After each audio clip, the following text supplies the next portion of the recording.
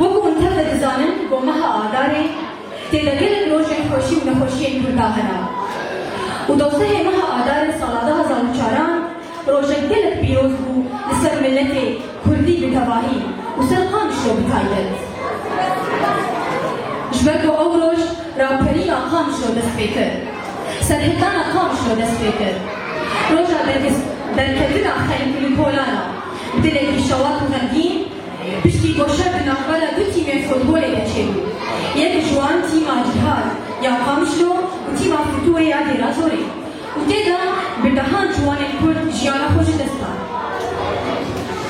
û piştî ku xelkên bajarê Qamişlo û tevahiya gund û bajarên Rojavayê Kurdistanê derketin xwepêşandana bi yek dest û yek hest û yek dengîn dijî bêtehdarî û sitemkarî û kuştina ciwanan rabûn. û nema îdî ev Kurd jî dermafê xwe de qebûl kirin.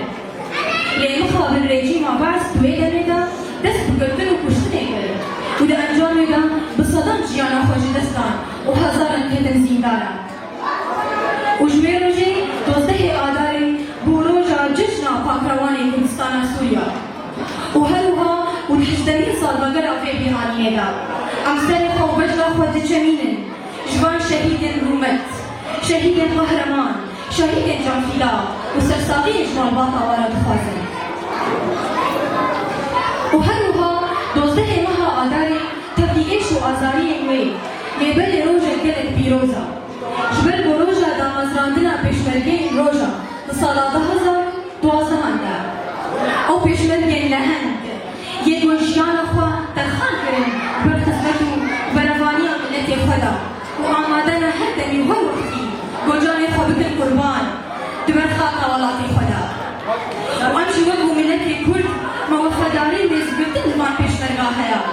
Lewra me xwest em ahengekê di roja damezrandina wan derê de bixin.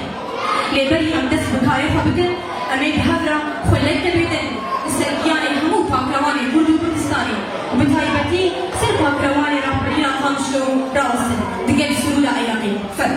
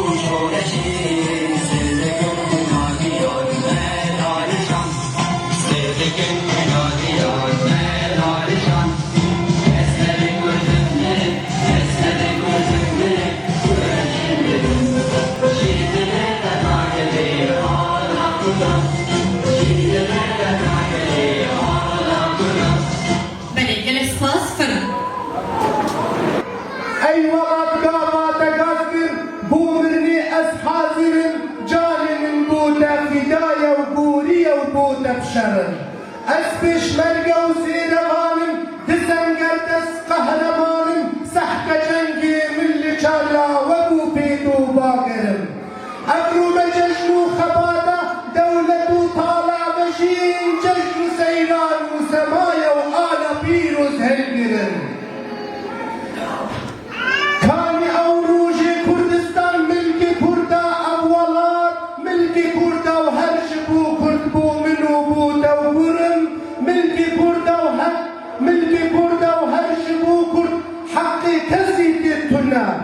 Gel welatê min bisûjin bi agir û kîmyay û kîm agirî wan qet çi nake ez bi xwe her agirim.